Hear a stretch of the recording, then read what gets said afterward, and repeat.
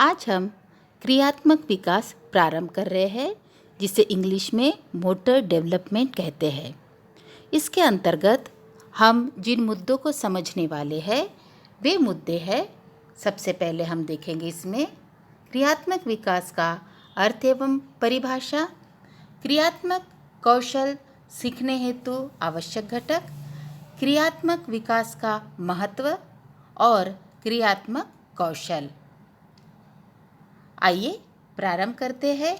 क्या है क्रियात्मक विकास?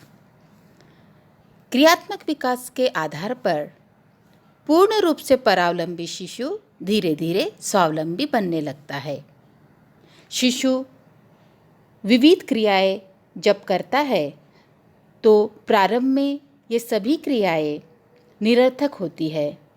इन क्रियाओं पर उसका कोई नियंत्रण नहीं रहता, किंतु जैसे जैसे उसके स्नायुओं पर वह नियंत्रण प्राप्त करने लगता है, वैसे वैसे उसकी विविध क्रियाओं में कुशलता आने लगती है और इसे ही हम क्रियात्मक विकास कहते हैं।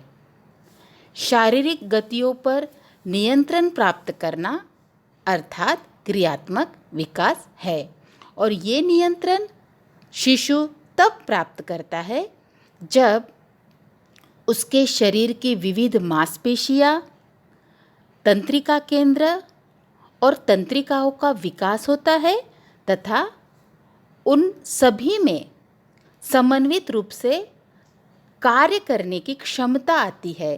तब बालक अपनी विविध क्रियाओं को योग्य रीति से करने योग्य होता है और इसी को हम क्रियात्मक विकास कहते हैं।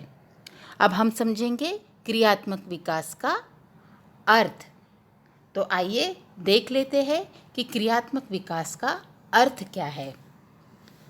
क्रियात्मक विकास का सामान्य अर्थ है बालक में क्रियात्मक योग्यताओं और कौशलों का विकास होना।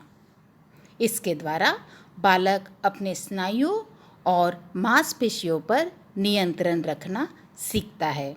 जैसा कि पूर्व में मैंने आपको बताया, वही अर्थ हमें यहाँ पे समझ में आता है। अब हम क्रियात्मक विकास की परिभाषा समझेंगे। सबसे पहली परिभाषा जो हम समझने वाले हैं वो है E.B. हरलॉक के अनुसार। इन्होंने परिभाषा कुछ इस प्रकार से की है।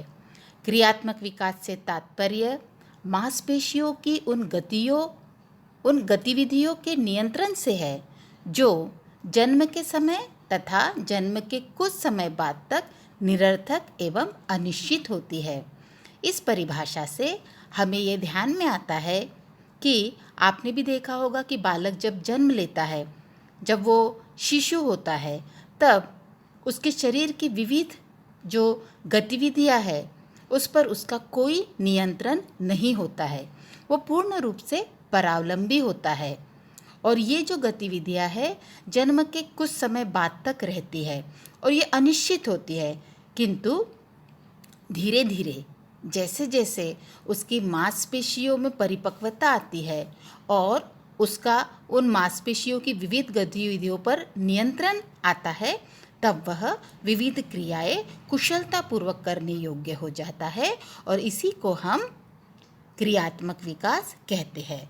दूसरी एक और परिभाषा हम देख लेंगे जो है क्रो एंड क्रो। ये जो मनोवैज्ञानिक है, इनके अनुसार इन्होंने कहा है क्रियात्मक योग्यताओं से आशय उन विभिन्न प्रकार की शारीरिक गतियों से है जो कि नाड़ियों एवं मांसपेशियों के द्वारा संभव है।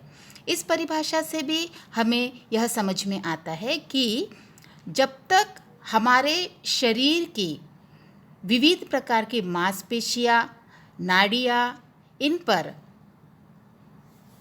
इनकी विविध प्रकार की गतियों पर जब तक हमारा नियंत्रण नहीं आता है, तब तक हम विविध प्रकार के कार्यों को करने योग्य नहीं हो पाते। अर्थात शारीरिक गतियाँ जो कि नाड़ियों और मांसपेशियों के द्वारा संभव है, उसी को हम क्रियात्मक विकास कहते हैं। यहाँ पे हमारा आज का ये टॉपिक हम पूर्ण करते हैं। अगली क्लास में हम इसके बाद का टॉपिक लेके पुनः मिलेंगे। तब तक के लिए